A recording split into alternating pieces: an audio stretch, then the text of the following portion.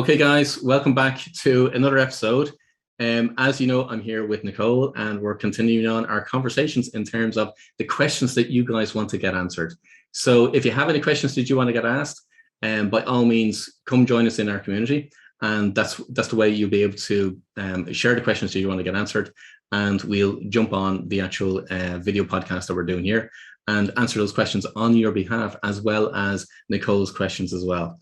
So let's go straight into it, Nicole, if that's okay. So Yeah, sure. with the last episode, we covered self-esteem and self-worth, and we discussed the difference between what is self-esteem and what's the difference between that and self-worth, and how do you build your self-worth. So let me ask you, Nicole, what is the question you want to have asked? So you mentioned something about genius drivers, correct, in the last episode? Yeah. I wanted to ask, what exactly are those? Are those like a person's motivators? Because that would be, different for each and every person, correct? Yeah. Okay. Cool. So genius drivers, look at it from the perspective of genius drivers operate on an unconscious level. So people can't, the vast majority of people are unaware of what their genius drivers are. All right. But if I bring them through a set of questions and I drill down into them from the perspective of, and again, you'll know I work on an intuitive level and I also work on a logical level. That's the accountant within me. I have to have a system. I have to have a process. That's just the methodology within me that actually has to have a system. But very much the intuitive side of me is guiding those questions as well. So when I'm working with a client, I'm looking for the evidence in their life where the unconscious is showing them what their genius drivers are. So look at it from the perspective of, think of genius drivers as being, you've got, imagine you've got 3 buckets in front of you. So if you think of it, think of a bucket as being that you'd fill it up with water or whatever it be. So you've got 3 buckets sitting in front of you. Throughout your whole life, in the early part of your life, you will create those buckets. So in the formative years is what's referred to. So from the moment you're born right up to, typically psychologists will say the age of 7. However, I say, no, it's a little bit further than that. That's just from my own experience with working with so many clients. It extends up to in around age 10, sometimes up to until age 12. Those buckets are formed. Now, what we do for the rest of our life is we try and fill each one of those buckets. And that's where we get fulfillment from. So where people come to me and say, look, I've no sense of meaning in my life. I've no focus. I've no direction. I don't know what I should be doing. I don't see what's the point of it. What am I doing? And I just don't have any joy in my life. Primarily, it's down to the fact of they don't know what those buckets are. And they're not filling each one of those buckets because it's operating on an unconscious level. And until such time as they're made conscious, they can't purposely fill each one of those buckets. So your genius drivers is absolutely what drives you. It moves you forward. It's separate to what inspires you, but your genius drivers is what actually drives you forward. It's what you get joy from. It's what you get fulfillment from. So when you're filling each one of those buckets, that's how you're getting fulfillment. That's how you get that inner sense of being fulfilled.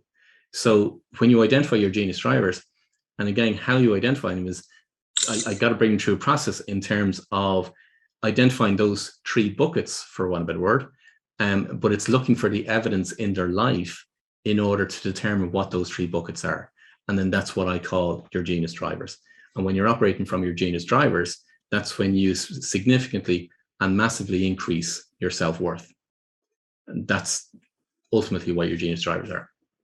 And you keep saying 3. Why is 3 the magic number?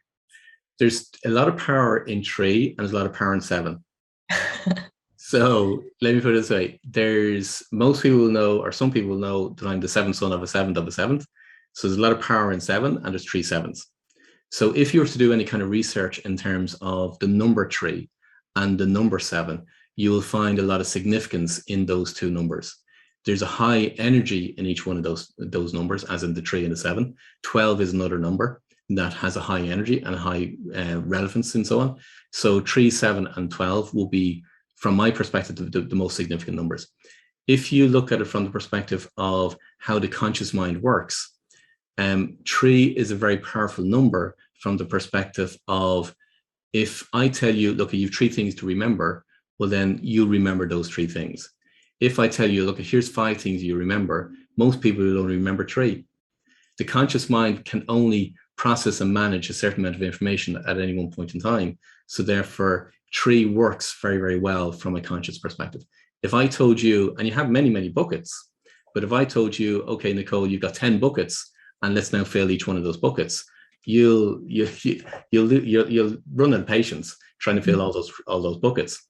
But if you take your highest and your most primary 3 buckets that you want to fill, well, then it's more manageable from that perspective, from a conscious perspective, but also from a practical perspective. Says, okay, all I need to do is focus and concentrate on those 3 genius drivers, and therefore now I know what I need to do, as opposed to trying to concentrate or trying to focus on 10 or any other number of buckets that you want to fill.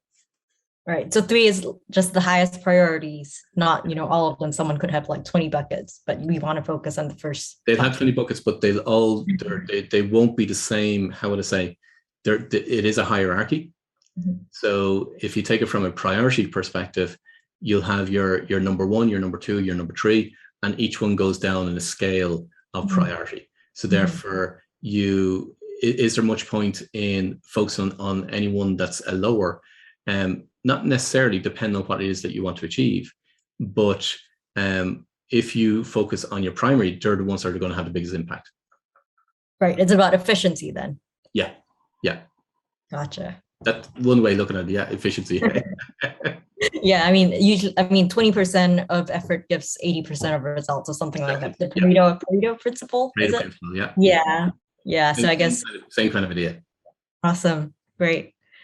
So we got the difference between self-esteem and self-worth cleared up the last time, and that was really helpful. And everyone just uses it interchangeably, but now after the last episode, I finally understand what the difference is. And the other thing that I wanted to talk about was imposter syndrome. And as a female in aviation, working in aviation, I hear that all the time. Every year when we go for the Women in Aviation conference, it's always one of the talks is always about imposter syndrome and how to get over it. And so after understanding what the difference between self-esteem and self-worth from your previous episode, is imposter syndrome a side effect or a consequence of having low self-esteem? Imposter syndrome will have a consequence. It will be part down to your self-worth. Part. Self-esteem, again, is where you're going to be investing in other people, or what other people think, or other people's views, other people's perceptions. Where if you've got a high self-worth, well, then you won't, it's part of imposter syndrome. So the higher your self-worth, well, then the lower your imposter syndrome will be. So they are linked. If you're in equilibrium from a self-worth perspective, and you know who you truly are, well, then you won't have imposter syndrome. If you're working on your purpose and you're working in line with your genius drivers, well, and you're in equilibrium, I have to re-emphasize equilibrium, well, then you won't have imposter syndrome. So all of those are all connected. It's not just one little piece fixes imposter syndrome. But when you look at it from, let me turn the table a little bit. We can go deeper and deeper on this one. So don't worry about that. If I turn the table and you were to ask your fellow pilots, well, then why is it that you feel imposter syndrome? What is it that you are worried about or concerned about? And I can guarantee you what they'll come out with is something along the lines of, it's a fear. I'm afraid of being found out. I'm afraid that I'm not going to be good enough. I'm afraid of what I'm saying is not what I feel inside. Meaning I'm saying I'm a brilliant pilot, but internally I don't feel I'm a brilliant pilot. So there's a fear. So when we're doing or portraying something else to the outside world or to other people, but we don't feel or believe it within ourselves, that's when imposter syndrome is going to show up. So it's a mismatch between what's outside and what's inside. Exactly that. Yeah. So when you bring the outside and the inside into equilibrium, or into balance or to be the same, now you don't have imposter syndrome. So the questions you want to start asking yourself then is, okay, so what is it that you are fearful of, or what is it that you're portraying, or what is it that you're saying? What is it that you're communicating? And you communicate in multiple different ways. But what are you communicating to other people or to the outside world that's different to inside, and what you feel and what you believe inside? When you've got a high self-belief, and it's one of the pillars what I spoke about earlier on in relation to confidence, when you build your self-belief, well, then you're building that belief about yourself and what it is that you can achieve. It's that self-belief is that inner knowing that you can achieve what it is that you want to achieve. It is absolutely that deep inner knowing. When you have a low self-belief, but you're portraying to the outside world or communicating to the outside world that I'm amazing, I'm brilliant, this is what I can do, and all that kind of things, but inwardly you feel, actually, no, I can't. That's when you're going to have imposter syndrome. And a lot of times imposter syndrome strikes, people who have already achieved a certain level of success or perceived success. They had the job, they've passed for pilots, we call it the check ride, the end of a course exam, the flying exam. So, even after passing that and getting the job and achieving some sort of success, people continue to feel that imposter syndrome. Yeah. So the reason being is because they've invested in self-esteem. Right. As opposed to self-worth. Yeah. That goes back to what we talked about the first step. Yeah. The two of them they're all interlinked. So self-care, self-belief, and self-worth are all interlinked. So when you look at it from the perspective, so they've either perhaps maybe developed that career or they become that pilot because they wanted to please other people, or they perceived in their own mind that, well, look at it, if I'm wearing the pilot's outfit, I'll get recognized as I'm going through the airport and people will look at me as being somebody with stature. Or if I'm walking into the front of the aircraft and I'm taking my seat in the cabin, well, then I feel I'm in more control, and therefore people will recognize me more, or people will look up to me more. So there's a lot of ways of how people invest in self-esteem. They just don't realize it. But when you are in a different zone from the perspective of, your self-worth, and you know who you are and what it is that you're trying to achieve, and you know your purpose and what it is that you're driven towards, well, then you're doing it for yourself. It's not from a selfish perspective. It's because the impact and the ripple effect is massive.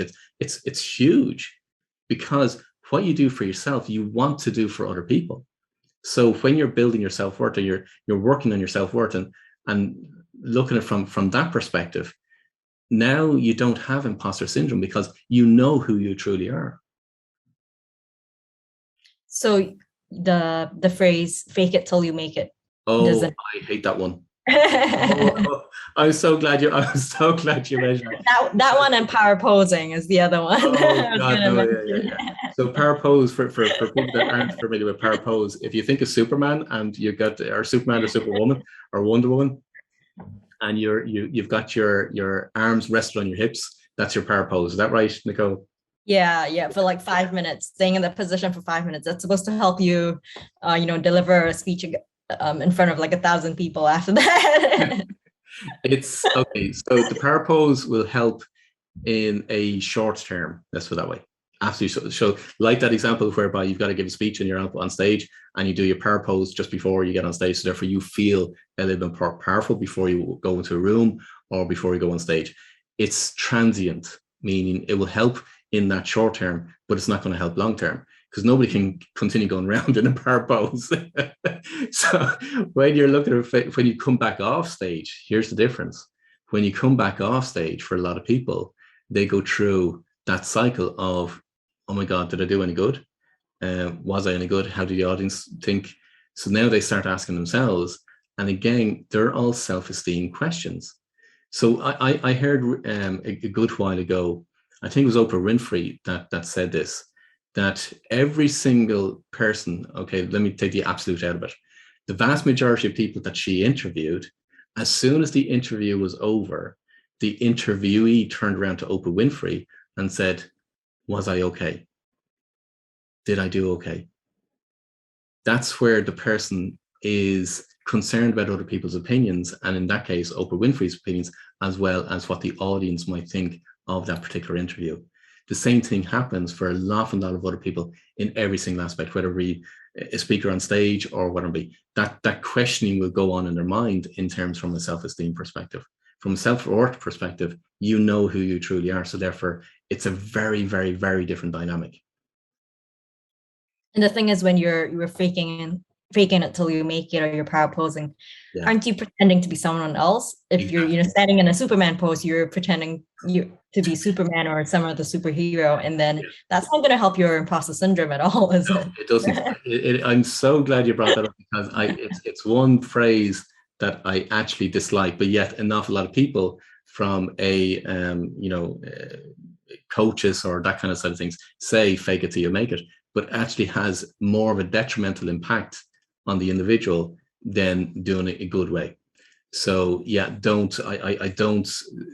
I never tell anybody fake it till you make it, never, because it is actually moving closer to imposter syndrome, because literally what you're doing is you're trying to be somebody else that you not truly are. And that's what will increase imposter syndrome. Yeah.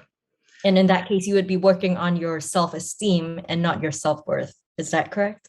If you were faking till you make it, yeah. Right. Yeah, you got it. Great. Excellent. Also look at it from the perspective. So imposter syndrome will kick in because let me go a little bit deeper on this one. Okay. Imposter syndrome will kick in when somebody's not on their purpose. And let me explain that. So there's 12, I've identified 12 different states that people go through. Okay. States of being is what I call them. All right. So I've identified 12 different states of being that people will move through. And on a previous podcast episode, I talked about 5 of those different states. Now, let me explain what the 5 of them are. You've got despair, you've got hope, you've got belief, you've got knowing, and you've got mastery. So they're the 5 states, and there's other states in between each one of those in order to get to the top level. When somebody is in a state of despair or state of hope, they will experience imposter syndrome if they're portraying to the other world, to the outside world, and communicating to the outside world something different. So let me just give you a very practical example of that. Say somebody has lost their job, or they are something's impacted in their life, and typically be financial aspect. Losing their job is one example of that. And let's just say they continue doing or portraying what they always used to do prior to losing their job. So they still leave the house at the same time in the morning, and they drive to somewhere else for the day, and they come back at the same time in the evening that they used to do.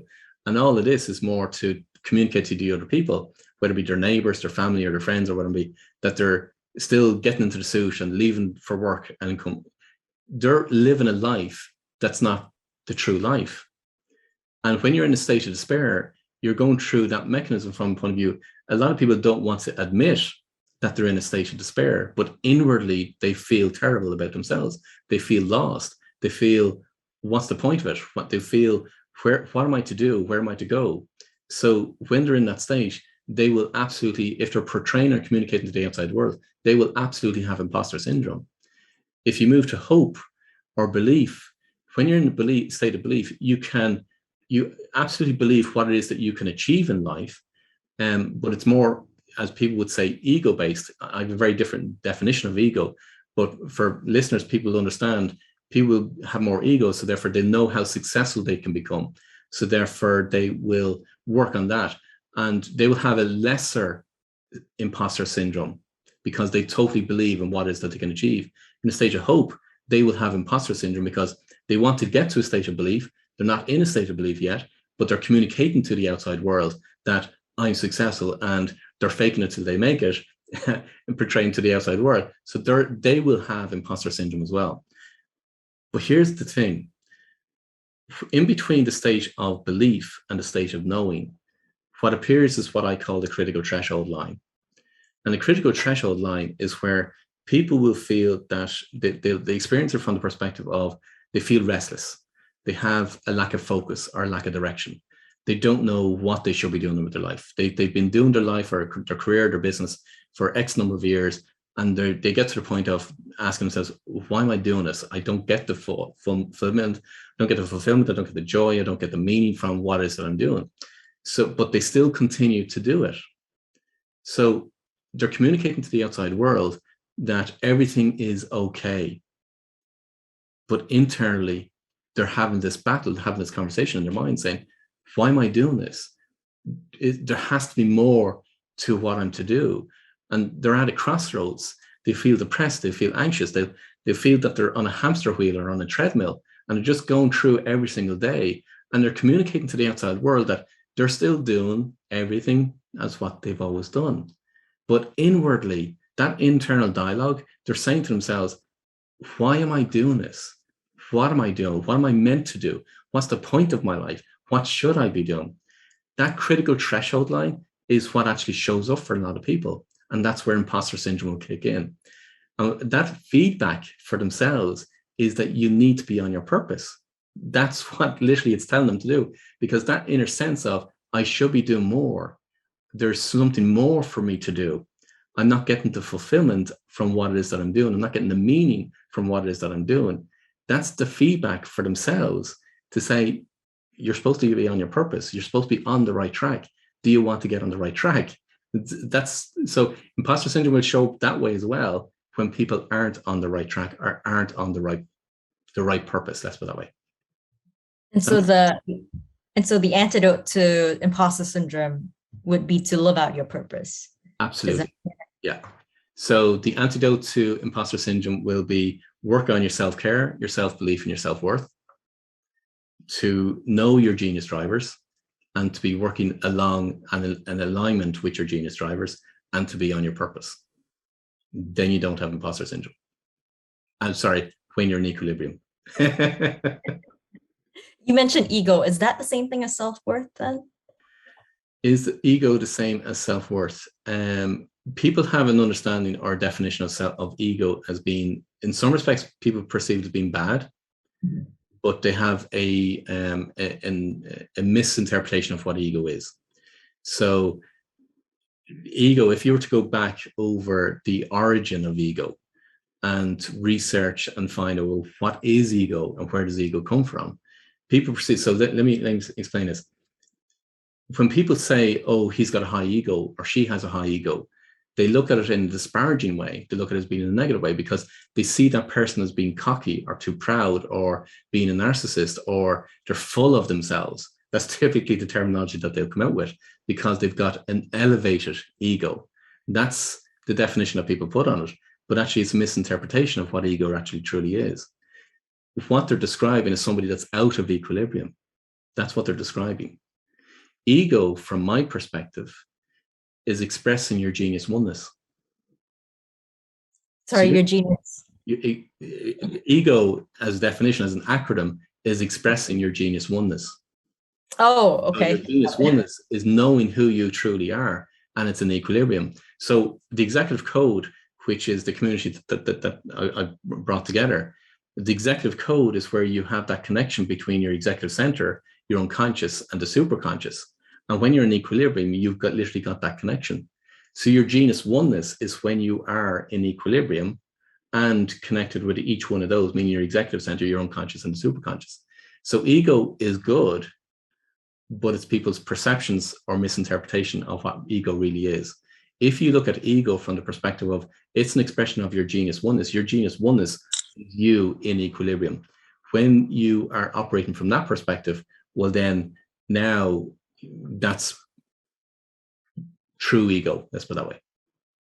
So ego to you means equilibrium. Equilibrium. So, yeah. Right, on the scale of self-worth. Yeah. Yeah. So that's the difference between ego and self-worth. It's the difference between, it's when you're out of equilibrium, well, then that's when you will, you won't be within your genius oneness. Right. Okay. So there's a lot of aspects. Self-worth is one aspect of it. Mm-hmm. But to look at it from the perspective of when you're on your purpose and when you're in line with your genius drivers, well, then now you'll be more in equilibrium. And therefore, if you're living your life accordingly along those lines, well, then now that is a true expression of your genius oneness, of who you truly are. Yeah. So then we've all been using the term ego wrong then. Because, when someone has an ego, it's always not something good, right? That's exactly the perception. Yeah.